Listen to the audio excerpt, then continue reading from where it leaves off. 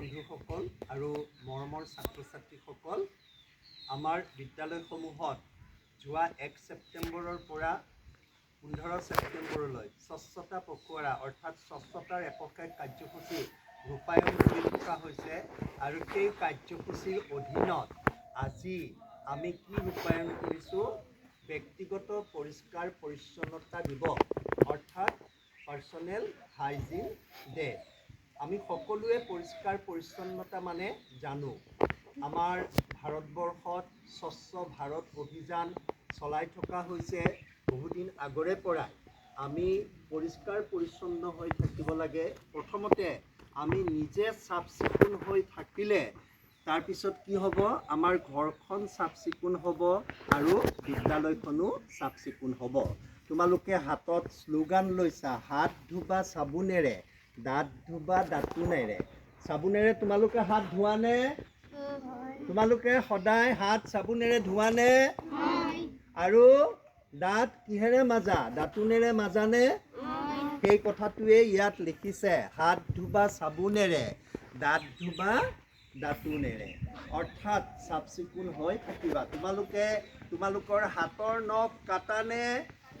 আমি আমাৰ প্ৰাতঃ সভাত তোমালোকৰ হাতৰ নখ দীঘল হ'লে কৈ দিওঁনে কাটি আহিবলৈ? তোমালোকে চুলিবিলাকো ঠিকমতে চাফ চিকুণ কৰি ৰাখিব লাগে। কাপোৰ কানিও চাফ চিকুণ হৈ কৰি পেলাই তোমালোক বিদ্যালয়লৈ আহিব লাগে। সদায় মনত ৰাখিবা, নিজৰ কৰ্তব্য আৰু কাম চাফ চিকুণতাৰ ক্ষেত্ৰতো নিজে ঠিকমতে কৰিলে নিজৰ উন্নতি হ'ব। সেইকাৰণে কোৱা হয় কি, স্বচ্ছতাই আমাৰ লক্ষ্য।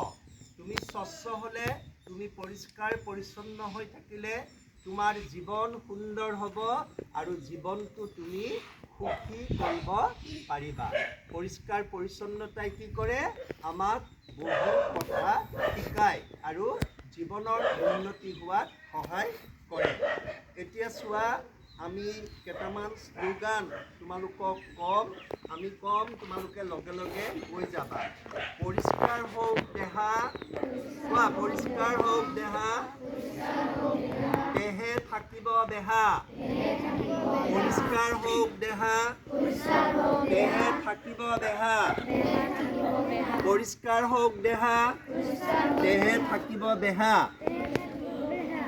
স্বচ্ছ হওক ভাৰত, হওক সুস্বাস্থ্য, পৰিষ্কাৰ বাতাবৰণেৰে হওক দেশ উজ্জ্বল। চাফ চিকুণ থাকিব য'ত, মান সন্মান বাঢ়িব তত। চাফ চিকুণ থাকিব য'ত, মান সন্মান বাঢ়িব তত। চাফ চিকুণ থাকিব য'ত, মান সন্মান বাঢ়িব তত। পৰিষ্কাৰ ৰাখিবা বাতাবৰণ, ঘৰ ৰাখিবা চাফ চিকুণ। য'ত থাকিব চাফ চিকুণতা তাত থাকিব ভাগ্য বিধাতা। হাত ধুই খাবা আহাৰ, দেহে বেমাৰ হ'ব দূৰ। এইখিনি কাম তোমালোকে চাগৈ কৰিয়ে থাকা, তথাপিও ইয়াত কৈছে, কোৱা কাৰণে তোমালোকক আকৌ এবাৰ আমি এই কাৰ্যসূচীৰ দ্বাৰা সোঁৱৰাই দিছোঁ। আৰু আমাৰ শৌচালয় আমি চাফা কৰি ৰাখিব লাগে। আমি শৌচাগাৰ ব্যৱহাৰ কৰাৰ পিছত ভালকৈ পানী মাৰি পৰিষ্কাৰ কৰিব লাগে, নহ'লে পৰিৱেশটো, অনাময় ব্যৱস্থাটো অস্বচ্ছ হৈ যাব, অপৰিষ্কাৰ হৈ যাব। তেতিয়া আমাৰ কি হ'ব? বেমাৰৰ বীজাণু শৰীৰত প্ৰৱেশ কৰিবলৈ সুবিধা হ'ব। আমি বিশ্ব হাত ধোৱা দিৱস পালোঁ আৰু সেইদিনা স্বচ্ছতা পখুৱাৰা কাৰ্যসূচীত হাত ধোৱা দিৱস পালন কৰিছিলোঁ। খোৱাৰ আগত কিয় হাত ধুব লাগে? আমাৰ হাতত থকা বীজাণুবোৰ চাবোনৰ দ্বাৰা ধ্বংস কৰি আমি হাতখন ভালকৈ ধুই খাদ্য যদি গ্ৰহণ কৰোঁ, আমাৰ হাতত থকা বীজাণু শৰীৰত প্ৰৱেশ কৰিব নোৱাৰে। আৰু শৰীৰত প্ৰৱেশ কৰিব নোৱাৰিলে আমি ৰোগমুক্ত হৈ থাকিব পাৰিম। আমাৰ বেমাৰৰ পৰা আমি কি কৰিব পাৰিম? হাত সাৰি থাকিব পাৰিম।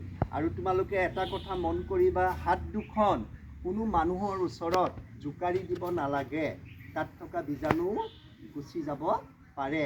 তাৰপিছত শ্বাস প্ৰশ্বাস লওঁতে আমি কেতিয়াবা কি কৰোঁ? ভুলতেই কৰোঁ বা নাজানিয়ে কৰোঁ বা নাভাবিয়ে কৰোঁ। কোনোবা এজনৰ কাষত কাহ মাৰি দিওঁ, হাঁচি মাৰি দিওঁ, এই কাহ বা হাঁচিত যিটো প্ৰশ্বাসত আমাৰ যিটো বায়ু ওলাই যায় তাতো বীজাণু থাকে, তাৰ পৰাও বেমাৰ হয়।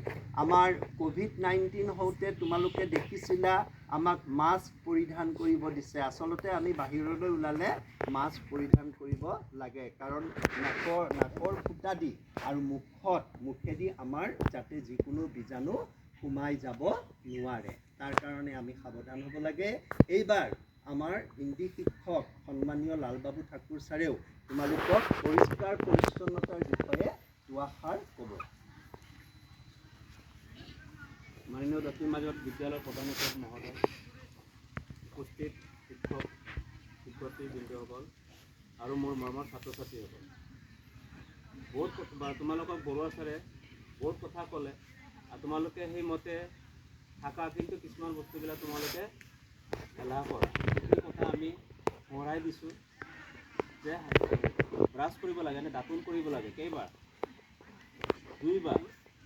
এবাৰ ৰাতিপুৱা শুই উঠি কৰিলা, তাৰপিছত ৰাতি শোৱাৰ আগতে ভাত খাই যেতিয়া ঘুমাব যাবা তাৰপিছতো ব্ৰাছ কৰিলে দুৰ্গন্ধটো নাথাকে আৰু পৰিষ্কাৰ, দাঁতটো পৰিষ্কাৰ হৈ থাকে, মুখখন পৰিষ্কাৰ হৈ থাকে আৰু ভালো লাগে। সাধাৰণতে মাছ মাংস খালে তাৰপিছত ব্ৰাছটো কৰিবই লাগে, দিনতো দুপৰীয়াও খোৱা কৰি ল'ব লাগে ব্ৰাছ।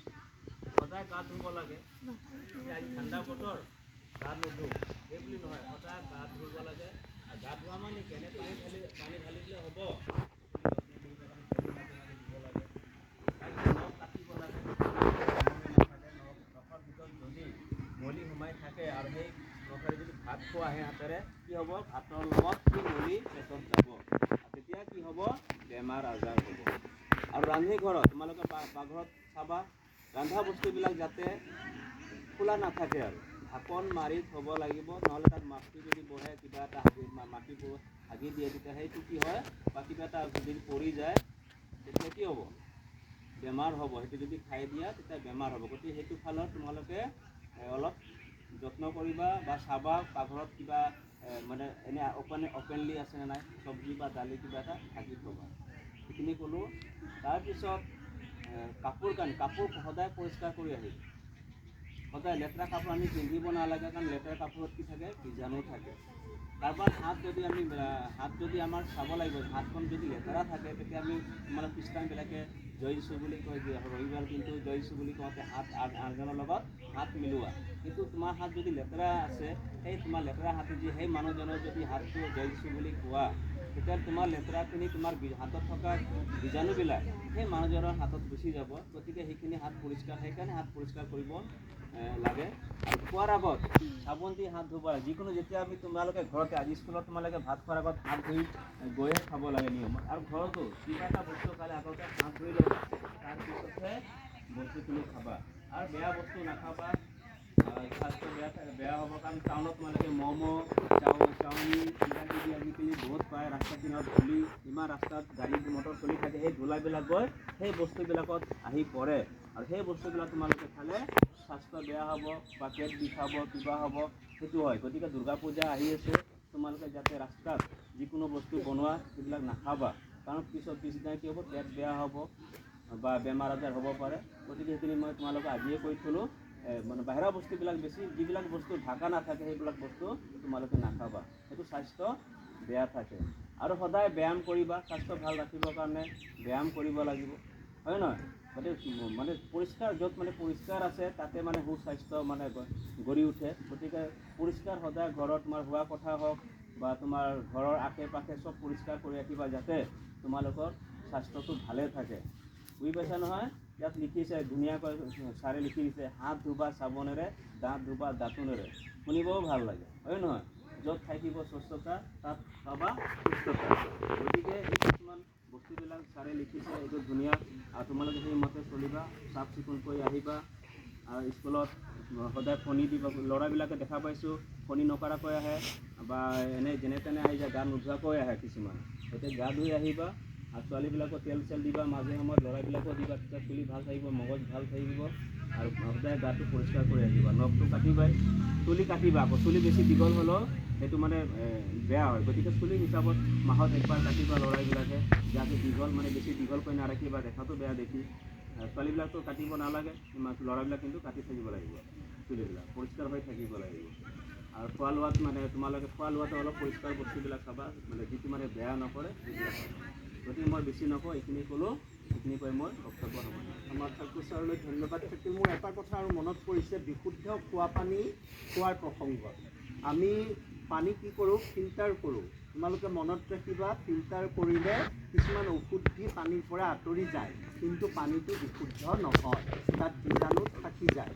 এতিয়া আমি বীজাণু ধ্বংস কৰিবলৈ সাধাৰণতে পানী উতলাব লাগে, কিন্তু আমি বহুতে কি কৰোঁ, পানীটো সামান্য গৰম হোৱাৰ লগে লগে নমাই দিওঁ। নহয়, 100 ডিগ্ৰী চেণ্টিগ্ৰেডত পানী সম্পূৰ্ণ উতলে, পানীটো সম্পূৰ্ণ উতলিব লাগিব, তাৰপিছত নমাই ঠাণ্ডা কৰি খাব লাগে। পানী যেতিয়া 100 ডিগ্ৰী চেণ্টিগ্ৰেডত সম্পূৰ্ণ উতলে, তেতিয়া পানীত থকা বীজাণুবোৰ সম্পূৰ্ণ ধ্বংস হয়। কিন্তু সম্পূৰ্ণ 100 ডিগ্ৰী চেণ্টিগ্ৰেডত উতলি নহা পানী নমাই পেলাই খালেও সেয়া পানী বিশুদ্ধ নহয়। কিছুমানৰ ভুল ধাৰণা আছে যে ফিল্টাৰ কৰিছোঁ পানীটোৱে অনিষ্ট নকৰে, ফিল্টাৰ কৰা পানীয়েও অনিষ্ট কৰিব যদি উতলাই বিশুদ্ধ কৰা নহয়। এইখিনি কথাও তোমালোকে মনত ৰাখিবা। আমি আকৌ এবাৰ কওঁ, স্বচ্ছতাই সেৱা। কোৱা, জোৰে কৈ কোৱা, স্বচ্ছতাই সেৱা। হাত ধুবা চাবোনেৰে, হাত ধুবা দাঁতোনেৰে। য'ত থাকিব স্বচ্ছতা, তাত পাবা সুস্থতা। পৰিষ্কাৰ পৰিচ্ছন্নতাই জীৱনৰ লক্ষ্য। পৰিষ্কাৰ পৰিচ্ছন্নতাই জীৱনৰ লক্ষ্য।